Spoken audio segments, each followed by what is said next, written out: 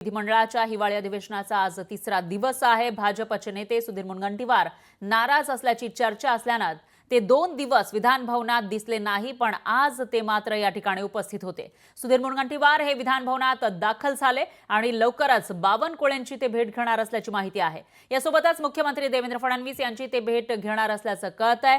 तर याच दरम्यान सुधीर मुनगंटीवार यांच्याशी संवाद साधलेला आहे आपले प्रतिनिधी भूपेश बारंगे यांनी।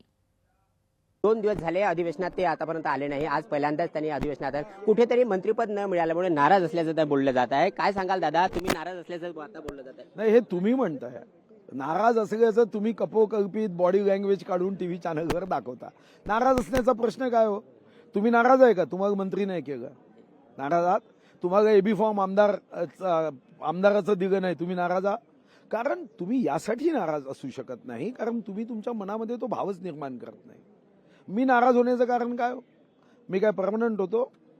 15 वर्ष तर मंत्री नव्हतो ना। अहो, जे आहे त्याच्यात आनंद मानून पक्षाचं काम पुढे न्यायचं आहे। या पक्षामध्ये आम्ही जेव्हा आलो तेव्हा तर दूर दूरपर्यंत आमचं सरकार येईल हे कोणी विचारही करू शकत नव्हतं। तेव्हापासून मी काम करतोय।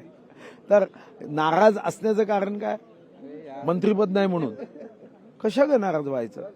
आणि मी आयुष्यात अशा कारणाने कधीच नाराज कधीच झालो नाही। भेट होईल ना, आम्ही मित्र आहोत असं का म्हणता? ते मुख्यमंत्री जरी असले तरी आम्ही दोघे मित्र आहोत। आमच्या भेटी होतील, फोनवर बोलणं होईल। असं तुम्ही का विचार करता की एकदम घाईने काहीतरी? आमचे मित्र आहेत, ते त्यांच्याशी माझी चर्चा होईल, बोलणं होईल, भेट होईल।